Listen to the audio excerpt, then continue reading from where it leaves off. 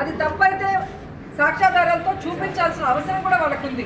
అంతేగాని ప్రశ్నిస్తే దాడి చేస్తాం, నిలదీస్తే చంపేస్తాం అని అరాచకంగా దాడులు చేయటం, ఏ విధంగా రాడ్లతో కర్రలతో దాడులు చేయడమే కాకుండా జోగి రమేష్ గారి ఇంటి దగ్గర అయితే ఏకంగా పెట్రోల్లో యాసిడ్ మిక్స్ చేసి ఇళ్ళని తగలబెట్టే విధంగా ఎలా విసిరివేశారో మనం కళ్ళారా చూస్తున్నాం.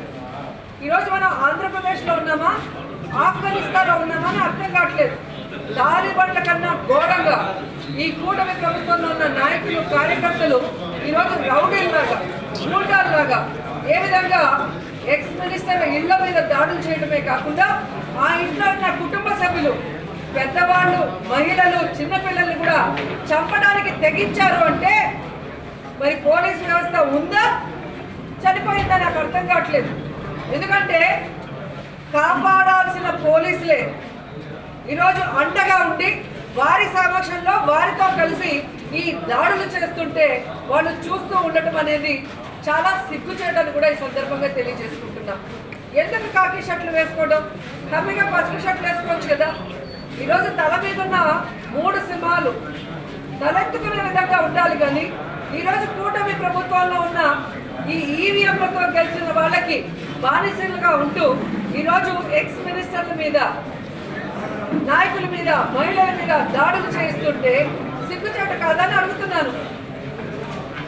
ఈ రాష్ట్రంలో మీరు అధికారంలో రావడానికి ఎన్ని అబద్ధాలు చెప్పారు, ఏ విధంగా ప్రజలను మాయ చేశారు. ఈరోజు అధికారంలోకి వచ్చిన తర్వాత వచ్చినందుకైనా మీరు చెప్పింది చేయాలి. అది చేయకుండా చేతకాని వాళ్ళలాగా మిగిలిపోయి ప్రజల చేత అసహించుకోబడి ఈరోజు ప్రజల నుంచి ఎలా డైవర్షన్ తీసుకురావాలన్న ఆలోచనతోనే ఈ లడ్డూ ఇష్యూని మీరు తీసుకొచ్చారనేది ప్రజలందరూ కూడా గమనిస్తున్నారు.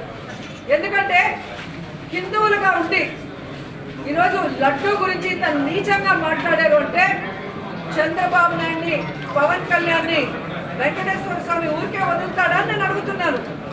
ఎందుకంటే భయం లేకుండా, వెంకటేశ్వర స్వామి అంటే భక్తి లేకుండా నోటికి వచ్చిన అబద్ధాల్ని అందుకోగలిసిందంటారు, జంతుకోగలిసిందంటారు, ఫిష్ ఆయిల్ కలిసిందంటారు. బాహుబలి సినిమా చూసుంటారు కదా, బల్లాల దేవుడు ఎన్ని కుతంత్రాలు చేసి ఆ సింహాసనం మీద కూర్చున్నా ప్రజలు బాహుబలి వెనకే ఉన్నారు. కాబట్టి వీళ్ళు ఈవీఎంలతో గెలిచిన ఎంపీలు, ఈవీఎంతో గెలిచిన ఎమ్మెల్యేలు, ఈవీఎంతో గెలిచిన మినిస్టర్లు, ఈవీఎంతో గెలిచిన డిప్యూటీ సీఎం, ఈవీఎంతో గెలిచిన సీఎం గారు భయపెడితే భయపడే ప్రజలు ఏపీలో ఎవరూ లేరన్న విషయం మనం తెలుసుకోవాలి. జగనన్న కోసం ప్రాణం ఇచ్చే వాళ్ళు ఉన్నారు ఇక్కడ. ఉల్టా చౌర్ కొత్వాల్కో డాంటే అనే సామెత ఇలాంటి వాళ్ళని చూసే పుట్టింది. ఒకసారి జరిగితే పొరపాటు, రెండోసారి జరిగితే యాదృచ్ఛికం, మూడోసారి కూడా జరిగితే కావాలని చేస్తున్నారు అని అర్థం. అసలు వైఎస్ కుటుంబం అధికారంలోకి వచ్చినప్పుడే టీటీడీ ఎందుకు వివాదాల్లో ఉంటుంది? ఈ విషయం ఇప్పటి జెన్జీ తరానికి తెలియాలి. అంటే కొంచెం గతంలోకి వెళ్ళాలి. వైఎస్ రాజశేఖర రెడ్డి టైంలో చూస్తే 100 ఏళ్లలో ఎప్పుడూ లేని విధంగా టీటీడీ పరిధిలో ఎన్ని కొండలు వస్తాయి అనే వివాదం మొదలెట్టారు.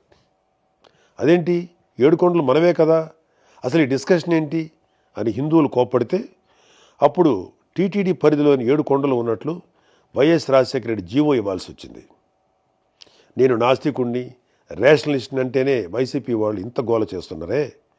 మరి వైఎస్ రాజశేఖర రెడ్డి ఒక నాస్తికుడు, ఒక రాడికల్ స్టూడెంట్ యూనియన్లో పనిచేసి బూతు సుప్రభాతాలు రాస్తూ హిందూ దేవుళ్ళని, ఆచారాలని అవమానిస్తూ వచ్చిన భూమన కరుణాకర్ రెడ్డి లాంటి వ్యక్తికి హిందువులందరూ వద్దు వద్దు అంటున్న టీటీడీ చైర్మన్గా ఎలా నియమించాడు?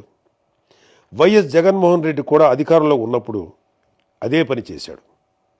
అలాంటి ఒకసారి టీటీడీ చైర్మన్ చేస్తేనే హిందువులు బాధపడ్డారు. అలాంటి రెండోసారి కూడా చైర్మన్గా చేయడం ఎందుకు? హిందువులు బాధ పెట్టడం కోసమా? వైఎస్ రాజశేఖర రెడ్డి, జగన్మోహన్ రెడ్డి వంశపారంపర్యంగా క్రైస్తవులు. మనది లౌకిక దేశం. వాళ్ళ నమ్మకాలని గౌరవించాలి, తప్పకుండా గౌరవిస్తాం. వాళ్ళని అడిగేది ఏంటంటే, వాళ్ళ మత సంస్థలకి ఒక నాస్తికుణ్ణి, ఒక దైవదూషణ చేసేవాడిని చైర్మన్గా పెట్టి అలాంటి వాడి చేతికి మత సంస్థ డబ్బు, నిర్ణయాలు అప్పచెప్తారా? లేదు కదా. మరి టీటీడీ విషయంలోనే ఎందుకు అలా చేశారు? ఇలాంటి నిర్ణయాల వల్ల కదా ఇవాళ దారుణమైన కెమికల్స్తో, ఏవేవో ఆయిల్స్తో నిండిన ఫేక్ ఘీ టీటీడీ ప్రస్తావనలోకి వచ్చింది. గతం భవిష్యత్తుకు దిక్సూచి అవ్వాలి. ఎలాంటి వాళ్ళు వ్యవస్థలు నడిపించారనే విషయాలు ఇప్పటి తరానికి తెలియాలనే ఇవన్నీ చెప్తున్నాను తప్ప ఎవరిని నొప్పించడానికి కాదు. ఇప్పుడు వైఎస్ఆర్సీపీ వాళ్ళు చెప్పే అతిపెద్ద అబద్ధానికి వద్దాం.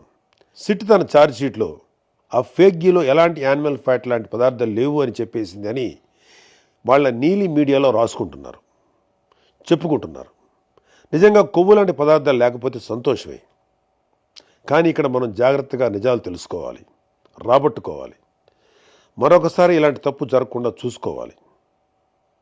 2024లో ఎన్డీడీబీ సిఐఎల్ఎఫ్ నివేదికలో ఏముంది అంటే నెయ్యి కల్తీ జరిగిన మాట వాస్తవం అని చెబుతూ అలా జరగడానికి 5 కారణాల్లో 4 కారణాలుగా beef tallow, pig fat, fish oil లాంటి పదార్థాలు ఉండటం అని స్పష్టంగా చెప్పింది. ఇప్పుడు వచ్చిన సిట్ ఛార్జ్షీట్లో ఎక్కడా కూడా ఎన్డీడీబీ సిఐఎల్ఎఫ్ నివేదిక తప్పు అని చెప్పలేదే. చెప్పుంటే మేము కూడా అమ్మాయి అనుకునేవాళ్ళం. సిట్ ప్రస్తుతం ఎన్డీఆర్ఐ ద్వారా చేయించింది లార్డ్ అంటే పందికొవ్వు టెస్ట్ మాత్రమే. అది కూడా 10% కంటే తక్కువ ఉంటే మేము చెప్పలేము అనిందే తప్ప ఇతిమిద్దంగా లేదు అని తేల్చలేదు. లేదు అని తేల్చుంటే మాకన్నా సంతోషపడేవాళ్ళు ఇంకెవరూ లేరు. ఇప్పుడు జరిగింది nuclear DNA based PCR test మాత్రమే. ఇంకా ఎంటీ డిఎన్ఏ బేస్డ్ టెస్ట్ జరగాలి. ఎన్డీడీబీ రిపోర్ట్లో చెప్పిన అన్ని జంతు పదార్థాలకు జరగాలి. అప్పుడే ష్యూరిటీ, శాంక్టిటీ ఎస్టాబ్లిష్ అవుతాయి. పవన్ కళ్యాణ్ గారు కానీ, చంద్రబాబు నాయుడు గారు కానీ శ్రీ వెంకటేశ్వర స్వామి మీద అచంచల విశ్వాసం, భక్తి, గౌరవం కలిగిన వాళ్ళు. జగన్లాగా గౌరవం ఉందని చెప్పి డిక్లరేషన్ పైన సంతకం చేయని బాపుత కాదు. వాళ్ళిద్దరూ మాట్లాడింది ఎన్డీడీబీ సిఐఎల్ఎఫ్ రిపోర్ట్ ఆధారంగానే. అది ఒక జాతీయ స్థాయి సంస్థ అయిన ఆ రిపోర్ట్ని వాళ్ళు ప్రజలకు చెప్పారు. అంతే తప్ప ఎప్పుడో 2029లో వచ్చే ఎన్నికల కోసం 2024 సెప్టెంబర్లో ఆరోపణలు చేస్తారా? ఏమైనా అర్థం ఉందా? అసలు మన ప్రభుత్వం, ప్రజలు కోరుకునేది ఒకటే. అసలు ఎందుకు టీటీడీ రూల్స్ చేంజ్ చేసి అనర్హులకు కాంట్రాక్ట్ ఇచ్చింది అని, ఫేక్ ఘీతో ఎందుకు స్వామివారి ప్రసాదం తయారు చేశారు అని, స్వామివారి సేవలో ఉంటూ డబ్బు 250 కోట్ల స్కామ్ ఎందుకు చేశారు? ఇవన్నీ అపచారాలు కాదా? వీటిలో ఒక్కదానికైనా వైఎస్ఆర్సీపీ నాయకుల దగ్గర సమాధానం ఉందా? లేదు. ఎంతసేపు సిట్ ఛార్జ్షీట్లో ఉన్న ఒక సగం టెస్ట్ రిపోర్ట్ మాత్రమే చెప్పి తప్పించుకోవాలనే తాపత్రయం తప్ప జరిగిన పాపాల పట్ల చిన్న బాధ కూడా లేదు. అది ఇంకా దారుణం. సిట్ మరింత వేగంగా, ఎఫెక్టివ్గా విచారణ, అన్ని రకాల టెస్టులు చేసి ఈ ఫేక్ ఘీ విషయంలో పాత్రధారులతో పాటు సూత్రధారులను కూడా అరెస్ట్ చేయడంతో పాటు శిక్షలు కూడా పడేలా చేయాలని ఎమ్మెల్సీగా కంటే ఒకటి సగటు భారతీయుడిగా కోరుకుంటున్నాను. నేను చివరిగా ఒకే ఒక మాట చెప్తాను. దేవదేవుడైన వెంకటేశ్వర స్వామి జోలికి వచ్చి ఆ దేవుడి సొమ్ము తిన్న వాళ్ళు ఎవరూ కూడా బాగుపడినట్లు చరిత్రలో లేదు. స్వామివారికి ద్రోహం చేసిన వైసీపీనే కాదు, మేము హిందువులమని చెప్పుకుంటూ ఆ పార్టీని వెనకేసుకొచ్చే ప్రతి ఒక్కడు తల్లి పాలు దాగి రొమ్ము గుద్దే హిందూ ద్రోహులే.